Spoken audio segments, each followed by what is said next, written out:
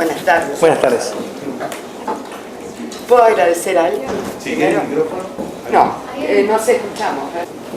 Yo quiero agradecer a quien conozco más en todo este auditorio, que seguramente es fantástico.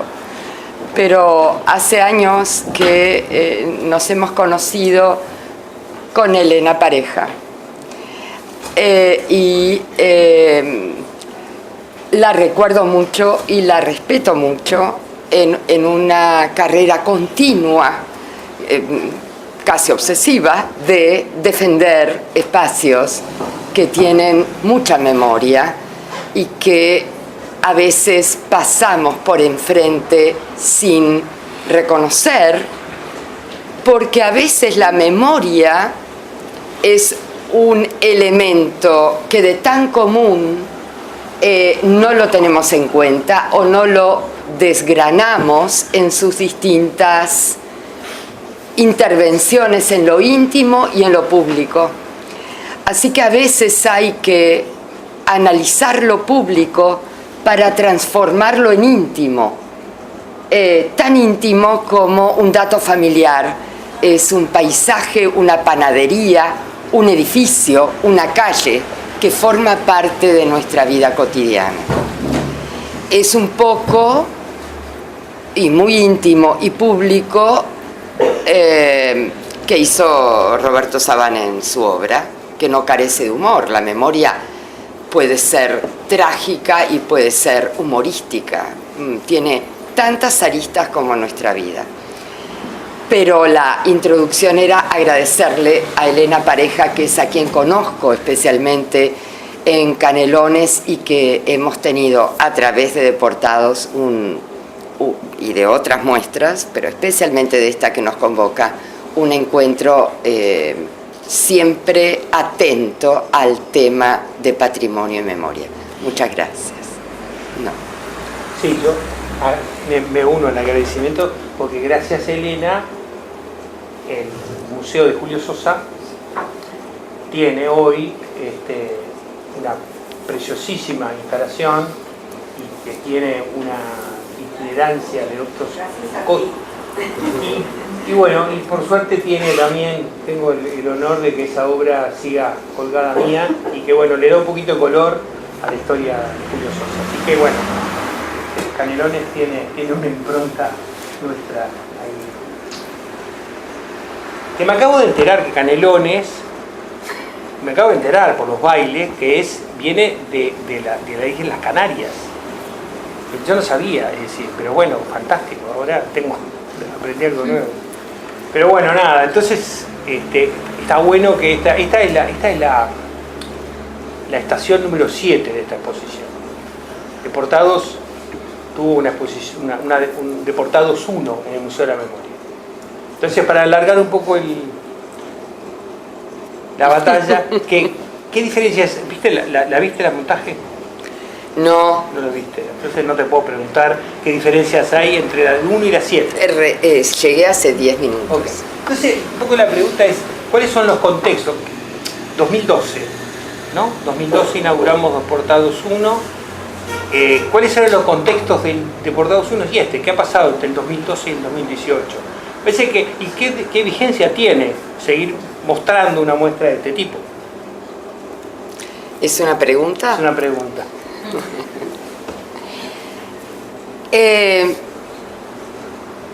La vigencia es permanente, reciclada con la misma problemática que presentas, creo, es una opinión, y cientos de problemáticas que repiten oleadas de arbitrariedad social, oleadas en oleadas de poblaciones, y que afectan no solo los afectados directamente, sino a muchos de nosotros que venimos después. No podemos eludir la fractura o el daño. Lo que pensamos en un libro de historia como colectivo, muchas veces en términos artísticos, lo aterrizamos en vidas particulares, donde a veces la cercanía del que mira la obra, el que la hace, el que mira, el que comenta, puede generar cercanías a veces más inmediatas que procesos colectivos, que nos parecen un poco lejanos. Yo tengo que ir a la sala, pero descuento, la obra es la misma y hay más o menos un protocolo de montaje que estuvo pensado en relación a la obra. Es una obra pequeña, ¿la vieron? Estamos en la misma, así que podemos ir juntos ahora. Es un pequeño formato, multiplicado en lo que llamábamos tablitas o cajitas, porque desde un punto de vista formal la obra tiene anversos y reversos. Generalmente vemos el cuadro y creemos que atrás está el lienzo, a veces con el nombre de la obra, la fecha de la obra y nada más. El reverso se oculta al observador. Acá Saban vulnera ese encuadre común, porque las historias tienen anversos y reversos. Podrían tener otras caras. Elegiste una cara plana con sus doble faz. Y en eso ya radica una originalidad de propuesta. Y no estoy hablando de la temática, que es propia y familiar, y que es mundial y colectiva. Luego, si quieres, podemos hablar de qué pasa en esos anversos y reversos, en un diálogo con tu familia, pero también en un diálogo con procesos históricos que involucran millones de personas y 2 personas y más de 2 que salen de esa familia. Claro, es interesante porque yo soy judío, que viene de una familia que tiene un padre que era turco, que había nacido en Brusa, y una madre que había nacido en Berlín. Ambos venían de historias de persecución y de escape. Mi papá venía escapando de una Turquía con una renovación que generaba Kemal Atatürk en los años 20, que generó una crisis de tipo económica familiar en su casa, y él se va temprano de Turquía, se escapa a España y vive en España unos años. Mi mamá, por su lado, hace su escuela, hace su liceo, hace peluquería, y en un momento, en los años 30, le prohíben ir a la escuela porque es judía.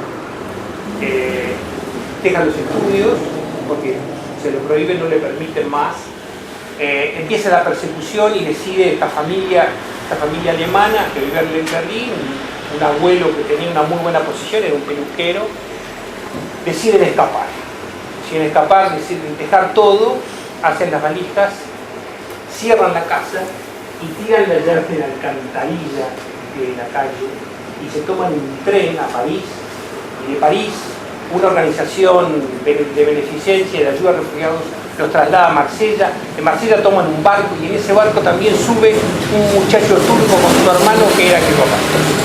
En ese barco se enamoran, y ahí empieza esta historia de amor de 2 culturas.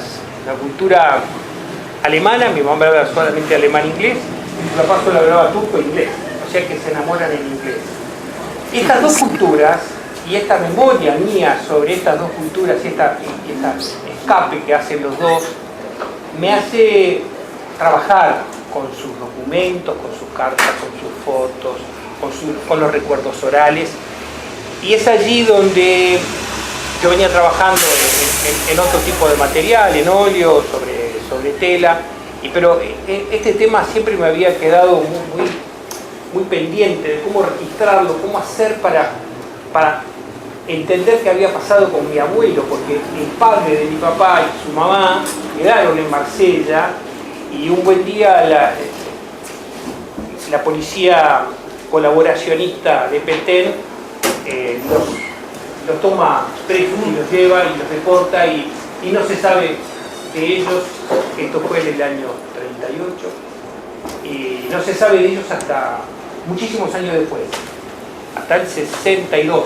O sea, todos esos años eran abuelos desaparecidos, no sabíamos qué había pasado. Siempre había esa pregunta, ¿dónde estarán?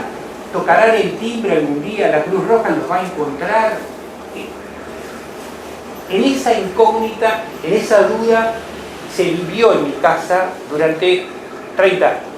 Y los únicos elementos que tenía de real, de contacto, eran cartas. Cartas que este abuelo le mandaba a mi papá pidiéndole auxilio y que lo salvara, que lo sacara de esa Marsella que estaba cada vez más acosada por las tropas y por la persecución que se los llevaban deportados y no se sabía sus destinos. Muchos años después se supo que fueron asesinados y supimos, en el año 62 aparece una desclasificación de documentos y aparecen los nombres de estos dos abuelos en los vagones, quizás en el último vagón que salió de un campo de concentración intermedio que había en París, que se llamaba Campo de Drancy. Ahí aparece en la documentación, todo eso está en la exposición. También está en la exposición las cartas. Estas cartas que este abuelo le manda a su hijo, que ya estaba establecido en Bolivia y ya se había salvado, le pide salvación, que lo saque de acá. Estas cartas tienen la particularidad que yo me las encuentro muchos años después, y son cartas escritas en una grafía muy especial, hoy desaparecida, que se llama ladino. Se llama solitreo, el idioma en que está escrito es ladino, que es el español que se hablaba en el siglo XV, que los judíos cuando se van de la los expulsan de España, se llevan el idioma, se llevan la lengua española al norte de África y al Lejano Oriente, donde se establecen grandes comunidades de judíos expulsados, sefaraditas de España, y llevan con ellos una forma de escribir. Y de estas cartas hay muy pocas en el mundo, y bueno, están acá. Y fotos y recortes de esas cartas son los que ella encuentra en un momento, en el año 2012, que ella está trabajando con eso estéticamente. Y es ella que me propone este trabajo de dos familias en dos caras.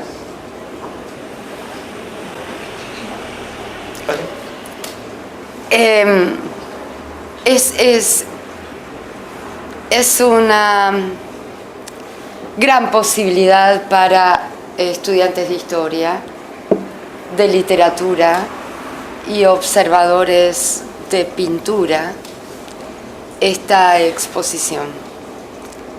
Me enteré a través de Saban que en este ámbito hay un interés especial desde un punto de vista didáctico. No es la primera vez, ya en Las Piedras hubo un impulso de difusión didáctica de tu muestra, ¿lo recuerdas? Es decir, tenemos en Canelones varias instancias de esta muestra de portados, y siempre hubo un especial cuidado en la difusión didáctica y una reflexión del tema que propone Saban a través de su obra. Pero dicho así como Saban lo presenta, estaríamos frente a una gran tragedia de la humanidad, que lo fue, que registra dos personas queridas y buscadas en esa incógnita de destino, que lo fue. Pero resulta que Saban dibuja y recorta, la técnica es collage, pero también incluye elementos que de por sí tienen humor. No hablo de que el tema sea humorístico, hablo de la capacidad, creo que forma parte de su personalidad, no sé, de desdramatizar aún en el drama. Por lo tanto, nos acercamos, no con humor a un tema, nos acercamos en un formato de vidas que funcionaban en pasados y geografías con un destino global que se anuncia en el collage. Material de prensa, pero al lado canciones. Una cachila que tenían en Turquía o en Alemania, tu abuelo, ¿verdad? Y un autito comprado en Buenos Aires, similar a ese autito.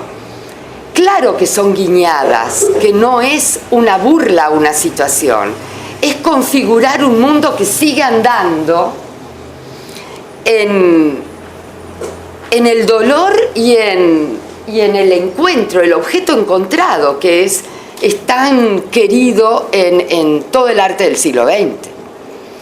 Así que hay ramalazos de humor y gracia frente a situaciones trágicas. Nos acerca mucho al tema, a la vida y a la consternación, en un formato bastante inusual desde el punto de vista artístico. Creo que es de lo que puedo, tu aporte es vital. Lo que quizás pueda conversar es de cómo resuelve plásticamente un tema que lo